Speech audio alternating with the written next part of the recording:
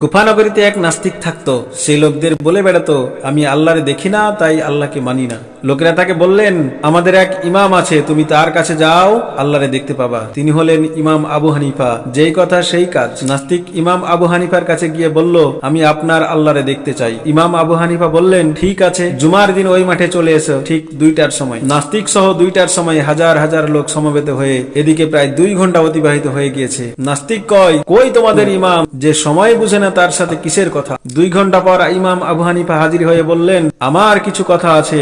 নাস্তিক কয়, বলুন আপনার কথা।